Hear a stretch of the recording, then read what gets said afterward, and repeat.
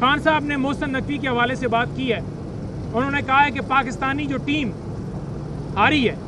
اس کے ہارنے کی وجہ یہ ہے کہ محسن نقوی کو بٹھایا گیا اوپر. انہوں نے کہا کہ محسن نقوی کی کیا کریڈیبلٹی ہے, محسن نقوی کی کیا کوالیفیکیشن ہے, کس طرف سے وہ آیا ہے. نمبر 1 انہوں نے کہا کہ اس کی بیوی کی جو نام آیا ہے دبئی لیز کے اندر آیا.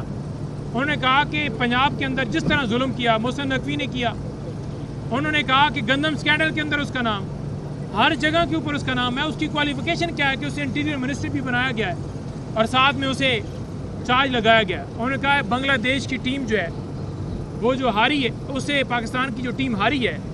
انہوں نے گہرے افسوس کا اظہار کرتے ہوئے کہا ہے کہ اس کا جو سربراہ لگایا گیا ہے وہ محسن نقوی کی وجہ سے آ رہی ہے. کیونکہ جب آپ کرپٹ لوگوں کو, نائل لوگوں کو اور سفارشی لوگوں کو, کسی کے بھجوائے کے لوگوں کو لگائیں گے تو پھر یہ رزلٹ آئے گا. اچھا, اس کے علاوہ خان صاحب نے جو بات کی ہے پولیس کے جو شہداء, یہ پچھلے دنوں 12 لوگ پولیس کے شہید ہوئے ہیں, اس پر بھی گہری رنجش کا دکھ کا اظہار کیا ہے. کیونکہ دیکھیں, جب آپ اپنے ادارے کے لوگوں کو, پولیس والوں کو, ان کو صرف آپ یہ ٹاسک دیں گے کہ آپ نے چادر چار دیواری کا تقدس پامال کرنا ہے, آپ نے پی ٹی آئی سے جھنڈے چھینے ہیں, آپ نے یہ جھوٹے مقدمات درج کرنے ہیں, تو پھر ڈیفینیٹلی ان کی انرجی اس طرف ہوگی. تو اس پر بھی گہری تشویش کا انہوں نے اظہار کیا کہ یہ بڑا افسوسناک صورتحال ہے. اچھا, واٹس ایپ جو میسج ہے, یہ جو مختلف بشرا بی بی صاحبہ کے حوالے سے خبریں چل رہی تھیں کہ بشرا بی بی صاحبہ نے کوئی پیغام بھیجا رؤف حسن صاحب کو, اور وہ پھر بڑے یہ ایک ہائپ کریٹ کی گئی. پہلی بات تو یہ ہے کہ میں نے بشرا بی بی صاحبہ سے پوچھا کہ اس طرح کی بات کوئی آپ کا پیغام گیا ہے؟ انہوں نے کہا بالکل یہ جھوٹ ہے,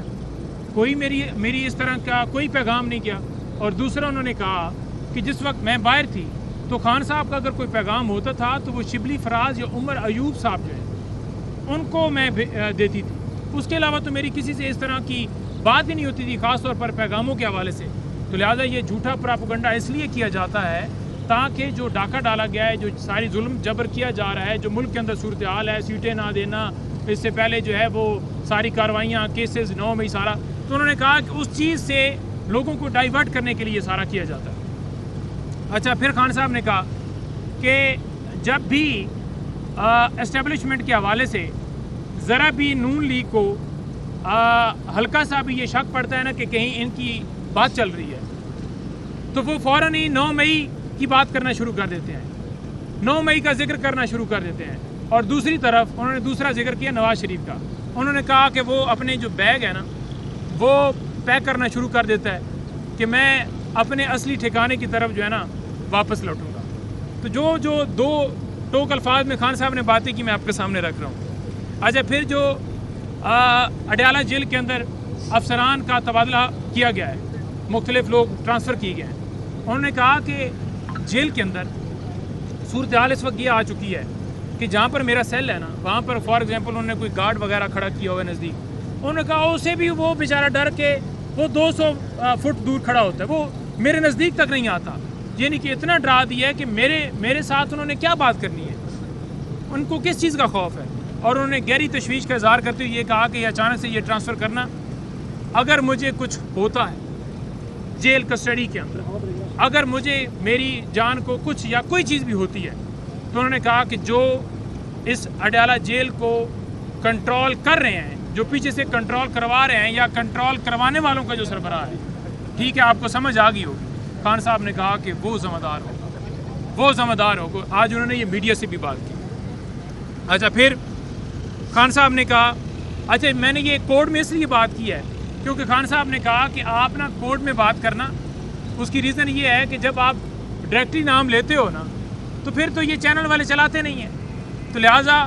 میسیج بھی پہنچ جائے اور پتہ بھی چل جائے. تو میں آپ کو اس لیے بتا رہا ہوں کہ خان صاحب نے یہ تشویش کا اظہار کیا. اچھا, پھر جو خان صاحب نے کہا ہے کہ بزدل آدمی ہوتا ہے نا اس کا کہیں ٹھکانہ نہیں ہوتا, بزدل آدمی کبھی لیڈر نہیں بن سکتا.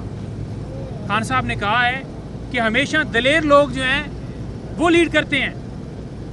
بزدل آدمی, بزدل زندگی سے خان صاحب نے کہا ہے کہ موت بہتر ہے.